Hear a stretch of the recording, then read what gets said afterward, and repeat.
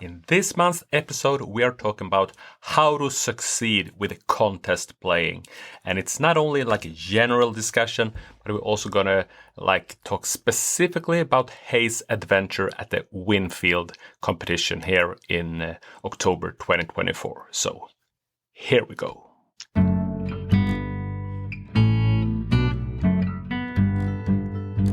Hey there, music makers. I'm Hayes Griffin. I'm Magnus Zetterlund. And welcome to the Mandolin Secrets Podcast, a show where we take a deeper look at what's happening in the world of mandolin secrets. Each episode will tackle our questions of the week, unpack the latest mandolin secrets, lessons, and answer your questions about mandolin, guitar, and all things music. In this month's episode, we've got a bit of a special topic cooked up here. I had a little trip out to Kansas a couple weeks ago, and we're going to talk about some contest playing, aren't we, Magnus? Yeah, I'm really... I kind of knew you were going there. I've heard you prepare for this contest. I've heard also the result of your playing, but still there are so many questions around it that I want to get straightened out today. Awesome, man. Yeah, well, we'll definitely do that. Yeah. Before we dive into this week's discussion, though, be sure to head to mandolinsecrets.com/podcast to sign up for reminders about our upcoming episodes. And just search Mandolin Secrets Podcast on your favorite podcast platform to subscribe and get updates when we release a new episode. That's perfect. And really, to get this going, also just quickly leaving my perspective of this. Going to like a guitar mandolin competition like this is not something that we are doing around here. So it's a kind of an exotic thing for this. And of course, I've heard about people are being national champions and all that. So I know it's a quite big thing. And I think the discussion for today hopefully can maybe inspire people to go for contest play and learn more about the whole concept. And also, of course, we gotta share your success here a little bit and congratulate it. So if I'm backing it up from the very first, how do you even apply for playing a contest like that? So, that's a good question. Mm-hmm. So most of the contests in the States are kind of like open application contests, so anyone can kind of jump in. The Walnut Valley Festival's competition, which is Winfield. So Walnut Valley Festival is where the competition is held in Winfield, Kansas. You simply go to their website, fill out a registration. I think registration opens in January or February for the contest. Pretty early then. It's almost like 6 months or 8 months. No, wait, it'd be 8 months in advance of the contest. The registration opens. And they have contests for guitar, flat pick guitar, fingerstyle guitar, mandolin, banjo, hammered dulcimer, mountain dulcimer. I feel like, am I forgetting it? And fiddle competitions. So it's sort of like sounds hearing the instruments like folk is the acoustic folk is the common theme exactly for this. So it's not purely bluegrass. It's more like old time and bluegrass, kind of the worlds that surround those kinds of music. But the funny thing is, we got there a day early, and I heard the mandolin competition, and the tunes that you hear most of the people playing are like swing tunes and some classical pieces and stuff like that. So it's almost like each instrument has its own little repertoire that's kind of associated with the contest realm. Yeah, that's also interesting. So you actually went there listening. So you're playing in front of an audience, and you can go there to actually enjoy this players and. So the festival is like a 5-day, 6-day festival, something like that, like a full week. And there's 5 stages. There's bands playing. You could take your family to this festival if you weren't a player and have a great time. But I think one of the main attractions for spectators at the festival is just going to the contests. the mandolin contest, there were maybe a couple hundred people in the room. During the flat pick contest, it was packed, like 400 people watching. And, it was more stressful than most gigs that you'll play that way. You know what I mean? There's a lot of people watching. That's cool. So, and is there a specific interest in the guitar competition, you mean? Yeah. I think Winfield is known, like all of the instruments have a good reputation out there for the contest, but Winfield is known as like the flat pick nationals, even like how I pick it up, that's I didn't even know there was a dulcimer kind of genre there. So yes, it's a small but mighty crew, you know what I mean? But they yes. No, the flat pick is definitely the main one, and you can almost tell because of the prizes that they give away. Like, so for most contests, they give away like first prize gets an instrument from like a builder, and then second prize gets maybe a little bit of money and like a trophy. But for the guitar contest, the top 3 guys get custom guitars. Yeah. You know what I mean? So first top 3 winners get like amazing instruments and some money and all sorts of stuff. I mean, I've seen you with pictures of your guitar and it's we got to talk about the guitar because it looks really amazing. And my relationship to Collings guitars, but still I think it made me at the same time laugh because it's a brilliant prize for a guitar competition to win a guitar, but it's still like the people winning the contest. What do they need the most? It's not another guitar, but it's I still get it. It's a perfect prize for sure. You're totally right. Like you're totally right. Like the people winning that contest typically already have their dream instrument or whatever, right? Yeah, yes. That's funny. But it's still, of course. If it's something that a guitar or mandolin player even really wants, it's another guitar.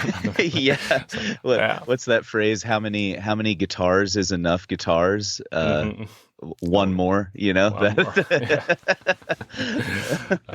But it's but talking about it, how is the one that you won? Oh yeah, it's awesome, man.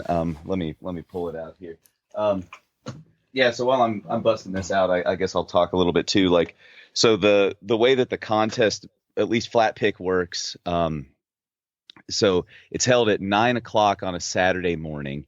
That's kind of the you get together, and a half hour before that you draw numbers so that you can pick the order of who goes.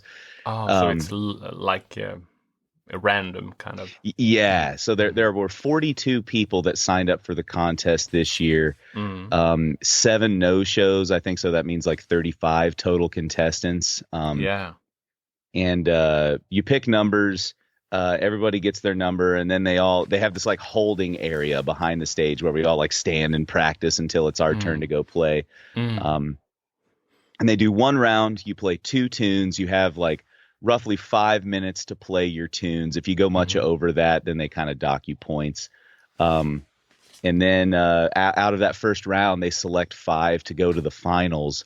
And then in the final round, you've got 5 contestants. They play 2 more tunes apiece, and then the winners are selected.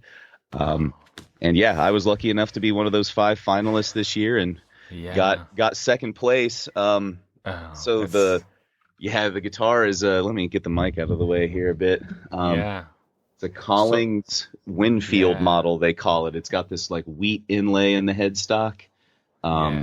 Which is, you can only get that at Winfield. Like Collings only makes one of these guitars per year to send to Winfield to give away. So it looks really beautiful. So everyone we offer like a video version of this podcast, and there you can see Hayes' guitar, but it looks really beautiful, like a blonde spruce top.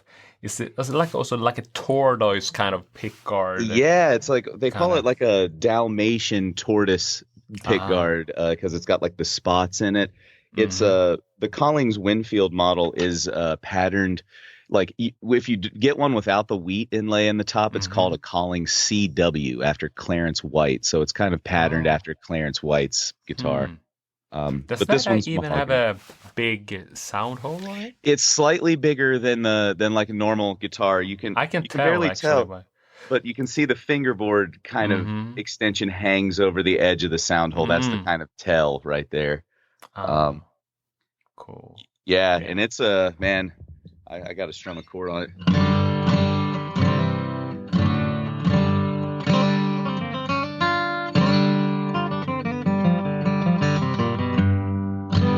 Wow. Great sounding guitar though. Wow. Yes. Well, I also play a Collings guitar. I have an OM size, but I love Collings guitars. I have a friend here in Sweden who plays a Dreadnought also, and that one is powerhouse for sure. Yeah, man, they're one of those guitar builders that somehow they've never managed to make a bad one. No. You know what I mean? I agree. It's like every Collings guitar I've ever played was like one that I would buy. You know? Yeah. Yeah. Yes. Okay, but to back it up a little bit, so when did you decide that you wanted to go for the contest this year? So I went out to my buddy Mark Cosgrove's house last November, so almost a year ago now, like 11 months ago. He and I had met at Steve Kaufman's acoustic camp. Mark is a former Winfield winner, 1995 National Flat Pick champion, and great guitar player, played with Jerry Douglas Band for a while, and David Bromberg. And I knew that he's really recommending contest playing to a lot of people for a number of different reasons. And we had this discussion on camera. There's actually a video on my YouTube channel that you guys can watch. It's about getting off of the intermediate plateau. Like, so, you know, if you're an intermediate, what are some strategies you can use to kind of like break through that ceiling? And one of the things he recommends is to like set yourself up to play contests. And his reason being, it forces you to kind of put all of your best stuff together inside of one arrangement. It's not just kind of working on improvisation or like any of these like individual kind of things that we work on in our practice, but it really forces you to put everything together into a solid arrangement. You have to go perform it in front of people, right? So it's like there are all these elements, and Mark's idea is that like if you can successfully play in a contest, you know, without like letting your nerves get in the way and all that kind of stuff, that it's a really good way to kind of level up, you know what I mean? To kind of set yourself up. I can totally see that. Yeah. I mean, I agree. I mean, and then you were in November last year deciding, okay, you knew in October you're going to be there playing for 5 minutes. You have 2 songs. Yes. So how is that process, choosing the repertoire? And so what I started to do was I obviously took Mark's recommendations. I was like, hey man, what are your like top 10 contest tunes? What are the tunes that you hear? Maybe not the most common contest tunes, but what are the like what are some of the juiciest contest tunes that you've heard previous winners come out with, you know what I mean, and kind of play. So I asked his recommendations, and I asked a few other folks too. Andy Hatfield, another friend and 2-time national flat pick champion. Steve Kaufman, another friend and three-time flat pick champion.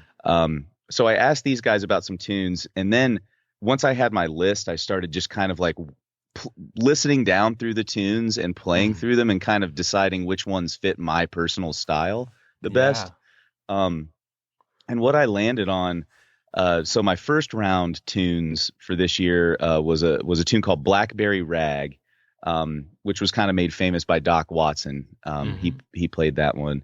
Then Over the Waterfall, which is a traditional fiddle tune in D. And then second round tunes were Interstate Rag, another tune that I grabbed off of Doc Watson, and Dear Old Dixie, a banjo tune, Earl Scruggs. Yeah. Cool. And some of those are not like, you didn't hear a lot of, so like Blackberry Rag and Interstate Rag and Dear Old Dixie, I didn't hear a single other person play those tunes the entire time that I was there. And I kind of wanted that. You know what I mean? I wanted them to be familiar tunes, but tunes that weren't overplayed. Yes. Yeah. My friend Jacob, who you know, Magnus, he was in the audience. Jacob went out and was like, hanging out with Quinn during the contest. And he was texting me. He was like, I've heard, that was the 7th Beaumont rag that I've heard today and stuff like that. So there was a lot of, overplayed tunes like that. Yes. And I mean, also, I think that's also hearing. Not only would it be difficult for the jury to actually compare hearing the same tune 7 times, but I think it also tells you were really mindful about a way to choosing the repertoire that would set you up for this. So people can, I think, or even the jury would tell here is someone that has chosen not only pick the first tune that came up for him, or I mean, giving it a thought, and exactly not picking the low hanging fruit or whatever, right? Yeah. But that's awesome, and I remember spending time with you this summer. That I heard you play through your contest tunes. You played them through every day, working through the arrangement. So I know there's a lot of practice into it. And how would you describe that process? You have chosen your 4 songs, and now how to make them stage ready. So the funny thing was, I hadn't really selected my final 4 tunes until about 2 months before the contest. So I had a couple arrangements that I was juggling, you know what I mean? So Blackberry Rag actually came in last. The first tune that I played in the contest, I didn't know I was going to play until a month and a half or so before the contest. But I had Interstate Rag and Dear Old Dixie fully completed about 6 months before the contest. I had Over the Waterfall about halfway done around that time. So once I kind of honed in on these tunes, what I started doing was every morning I would wake up and do a meditation, which I do at the beginning of my practice. But then I would do kind of a mock contest round every morning. As soon as I meditated, I would grab the guitar, not even having played an exercise or anything like that, and just see if I could play through the arrangements. Like it was first round. I couldn't stop, no mistakes. I couldn't stop and reset or do anything. And essentially the reason I wanted to do that was to prepare my mind. So if I knew that I was going into the playing scenario with the worst set of physical conditions, I hadn't played yet today, but I could keep my mind calm, then I thought that would combat the actual adrenaline response in the moment when I was at Winfield a little better than if I just play the tunes. You know what I mean? Of course. Yeah. So I would do that first every morning. Then I might play some other stuff that I needed to work on for the day. And at 3 times every day. So first in the day, maybe sometime around lunch, and then sometime after dinner, I would play through the tunes as if it were the contest. Sit down and really just hammer them out. Yeah. It's really impressive and inspiring, and it really ties into what Mark said. Preparing for a contest like this will really improve your playing, and no magic behind it, but just the kind of focus that you are showing, and the persistence and the deliberate practice. It's that's the recipe, and it's inspiring to hear about it. Yeah, thanks, man. Well, like you said, Mark was definitely a big inspiration and definitely helped me. That was his kind of thing. He was I practiced him the first thing when I got up every morning and the last thing before I went to bed every night. And I was like, well, if Mark was able to win it doing that, then I should probably try to go for that, Yeah. And I'll even say too, I didn't go to Winfield with the hope of winning it. I know that sounds weird. But I went to Winfield with the hope of being able to play my arrangements in a way that I would consider acceptable. You know what I mean? Like if I could go on stage and play these arrangements and feel good about what I just played, it didn't matter what the prize or the place or anything of that was, because that's all. It's at some point that's all subjective, right? You know what I mean? Like who's the best that year and all this kind of stuff. Absolutely, and it's I guess it's like I can see what you're telling. Not being focused on the result, but really value your own performance. Yeah, and I mean. Two things that come up that I want to address, but also just know that we actually have a little video clip with you performing Blackberry Rag that we can listen back to. But also one thing you mentioned there with the jury, I do also know that the jury are actually listening to you performance without knowing who's on stage. Yes, that's one thing I forgot to mention. Yeah, they definitely, it's blind judging, so they have like a trailer like away from the building with an audio feed going to them. And not only do they not know who you are, but like, so I had a backup player, right? Like someone playing rhythm for me, Mark Cosgrove. They don't hear him. They don't send his microphone to the judges. It is literally only the microphone that's on the soloist at that point in time. That also... and like, because I listened back to some of the video when you were playing with, I didn't hear his playing in the video even, so that's why. Yes, and the Chapman's Acoustic Shop, they're a great music shop in Missouri, and they have an awesome YouTube and Instagram account. They do all of the live streaming at Winfield, and they kind of specifically only feed the audience the soloist microphone so that they can get an idea for what the judges are hearing, so it's like the audience has the same experience as the judge. I get it. That's perfect. Yeah. So I want to but I like this blind jury kind of thing. It differs. I can tell you a little bit about Swedish competitions. Yeah. Because there are but and one thing that I think they could adapt is that thing. But let's come back to it later, actually. So when we are here at Winfield, it's 9 o'clock in the morning. You've drawn your number. You're going on stage. How was the feeling at that point? Oh man! So the first round was awful. No joke. I can't wait for you to play the recording for everyone here today, because listening back to it, I was like, oh, that wasn't so bad. But I got off stage after the first round and I was like, well, I gave it my best effort, but that's probably it. That's as much as I'm playing today.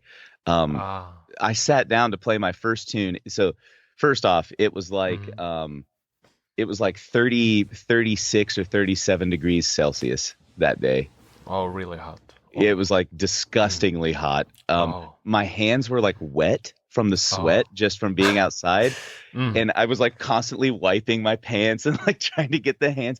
So that felt weird. I was doing my breathing techniques to like keep my adrenal response down. But even then, I sat down to play my first tune, and it felt like my right hand was like floating off of my body. Like I couldn't attack the string with like the same kind of like, kind of like force that I would normally have. So it was a little weird for the first tune. By the second tune, Over the Waterfall, in the first round, I felt like I had my footing a little better. But it's so weird. It's so hard to describe. Like, it's not like I was nervous because I had been preparing for that aspect of it. I wasn't like nervous. Like I knew exactly what to play. But some kind of adrenal response took over in that moment. You know what I mean? And I felt so odd that I wasn't able to critically evaluate my own performance. If you know what I mean? Like I felt so weird that I couldn't even tell what my performance was like. So I got off stage. Yeah, go ahead. No. So, but that's probably why listening. I'm glad there is a recording that you could listen back to, and then you were getting a feedback, well, delayed feedback, and you were realizing that's probably not how it felt, and it was, I guess, a bit better even. Yeah. You're totally right. And Mm. because I went to see my wife and Mark and everyone after I got off stage, and Mm. it was almost like all the last contestant had played and they were getting ready to like figure out who was in the finals. And I was like, guys, do you want to go get some lunch? Like, there's no way that I'm going to make the finals. Let's like, Mm. let's go hang out for a while. And Mark was like, well, let's just hang out for a minute. You know what I mean? Let's just see who's in the, Yeah. whose number gets called. Oh, so I'm proud of you actually, so that you, I mean, yeah, well, thanks, man. I appreciate you saying that. It's a really big accomplishment to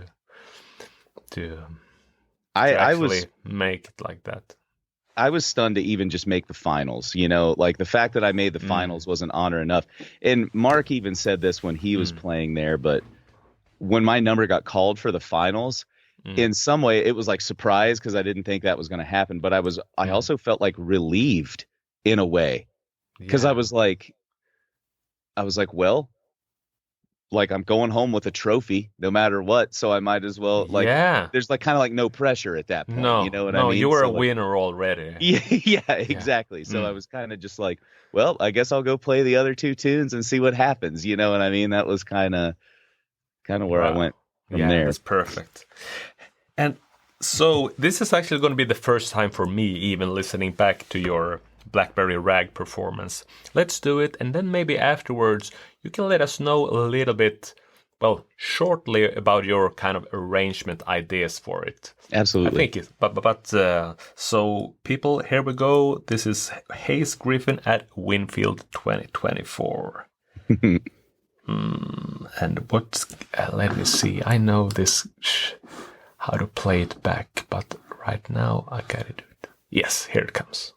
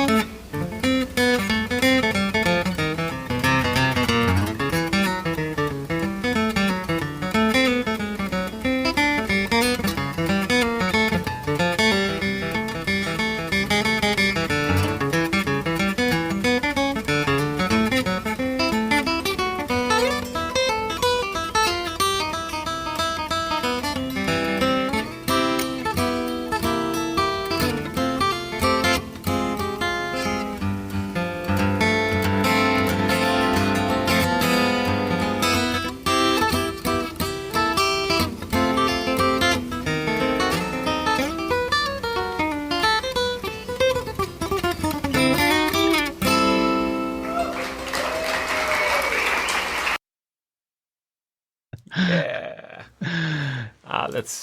That is like really sophisticated flat picking guitar playing right there, you know. Yeah, thanks, man. Yeah, mistakes and all.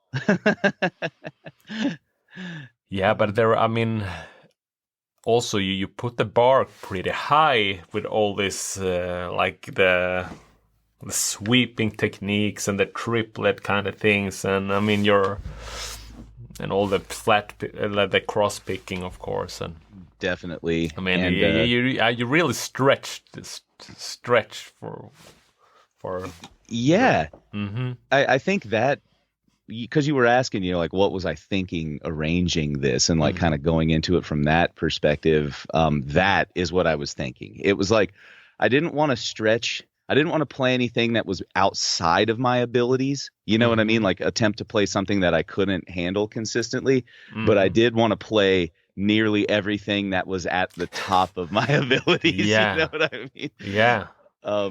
Yeah. So, yeah, go ahead. No, but it's room for it all in there, I guess. Yeah. And all. And that was the thing, like almost to try and check each one of those boxes in each arrangement that I had. Like, did I do some kind of triplet work? Because I think judges like to hear different rhythmic subdivisions, right? Instead of just eighth notes, like daka, daka, daka, daka, right? So did I put some triplets in there? And then for me, I had some key techniques that you already named: cross picking, sweep picking, reharmonization. You know what I mean? So using like different harmonies. All that kind of stuff. Some block chords kind of thing also. Like chord melody kind of thing, right? Did I cover the range of the instrument? That's another question that I would like tried to or box that I tried to check. Like, did I not, because a lot of folks would just play like down in here, you know what I mean? But I think the judges want to hear you kind of like, risk it and go up the neck and try and get back down, And and in the low range, well, it's a winner arrangement, no doubt. I mean, thanks, man. Absolutely, yeah. Wow. So that was definitely some of the mentality. And I'll say this for Blackberry Rag specifically, I mentioned that I didn't come up with that one until like 2 months before the contest. One day I sat down and I was like, I wonder if I should try Blackberry Rag, because that's a good tune that I like. I sat down with my recorder on, like just in case anything, I played anything I liked.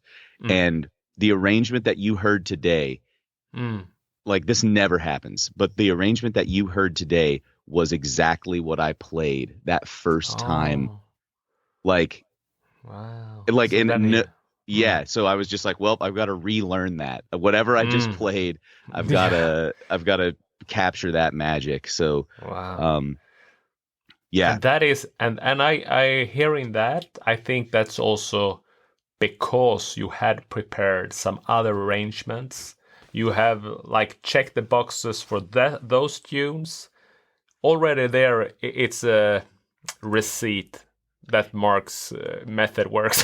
Exactly. Yeah, I think you're totally right, man. I never thought about it from that way, but I think you're onto something. Like, I had installed the formula in my mind with those other three arrangements, right? That Blackberry Rag, my mind was just like, no, I think I can make one of those up on the fly or something, But that was really. it. I think I'm like, only saying congrats from the entire community your way. And thanks, man. It's like I said, I went into it with very low expectations in terms of like winning a prize, but the fact that I did win something it's one of the most meaningful things that's ever happened to me in my guitar playing career. I've dreamed of being on the stage at Winfield in the final round ever since I started going in 2007. And like, no joke, in 2008, Tyler Grant, I saw him win a Collings Winfield model, and I was like, oh man, I would love to have one of those one day, So like full circle. Yeah, that's fantastic. And I think also,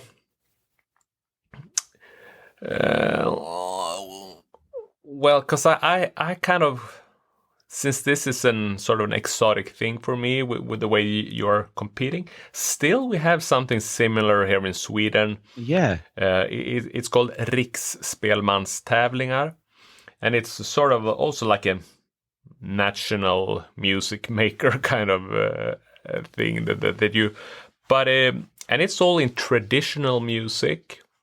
So, and you can only compete in the well, in the specific traditions of specific instruments. So there is the fiddle, nyckelharpa, cow horn you can do. Yeah. Clarinet. Oh, clarinet. Yeah. What is there? I think that's it, actually. Maybe there's flute to it also. I'm not sure, but so. And there are people are. It's some people don't like it at all, and I guess there's it's.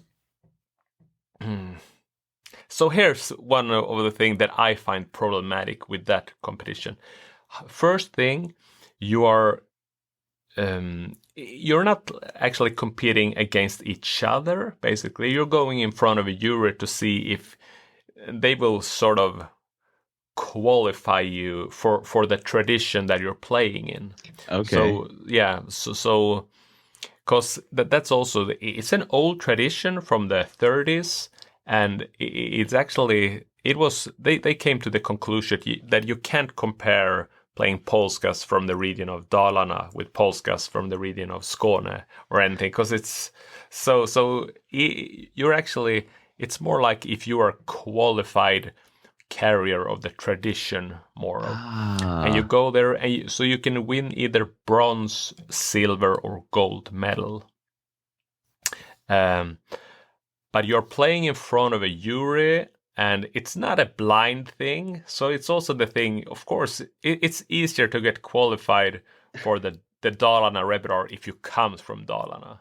Yes. So, I mean, it's, of course, they will never, what is it? They would never agree on that statement. Yes, they would admit to that, right? Yeah. Admit it, no. But it's sort of like, yeah. So I mean, my bandmates, for example, that do play nyckelharpa and fiddle. Anders, my friend who plays fiddle, he won this Zornmärket. So he's like a national kind of fiddler. Erik, who plays nyckelharpa, he kind of hates this the whole what these people stand for, sort of. So he just boycotts them, sort of. Yes. And so and their positioning here is very. They're kind of representing the whole folk scene in Sweden, because some people are behind it, some people are not behind it, sort of. And that's interesting to hear, because I think that mentality definitely exists with contest playing over here too. It's not like 100% accepted as like a good thing by the whole music community, you know. Yeah. That makes sense, because there comes this like valuation, like you're talking about, like you're a qualified carrier of the tradition, you know, and it's like who actually can give that title to someone, you know what I mean? Yeah. Like, you know, it's like, I totally get that. But I still, I mean, I also think it sounds like the Americans know how to put up a good event around it. 400 people listening to solo performer. Right there, you have succeeded with something that we haven't, sort of. And also the fact that you want the jury should not, like, they don't see you. They don't know where you're from. They don't know what guitar you're playing. I mean, it's more of a neutral kind of judgment. Yes. And I like that, because I like it too. I think it evens the playing field much more. Because like there are, you know, I'll say it. There are definitely problems in the culture of this music related to like kind of prejudgment of people based upon what they look like or anything like that.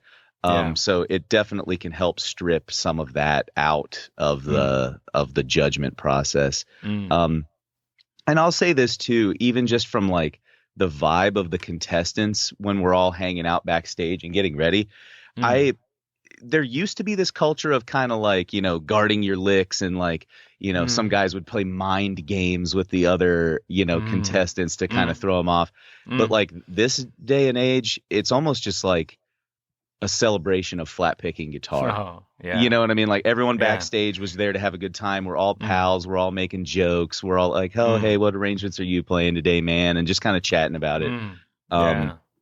So it's a much chiller vibe than maybe it used to be. And I think the way that most people take it and the way that most successful people take it is like you're there competing against yourself.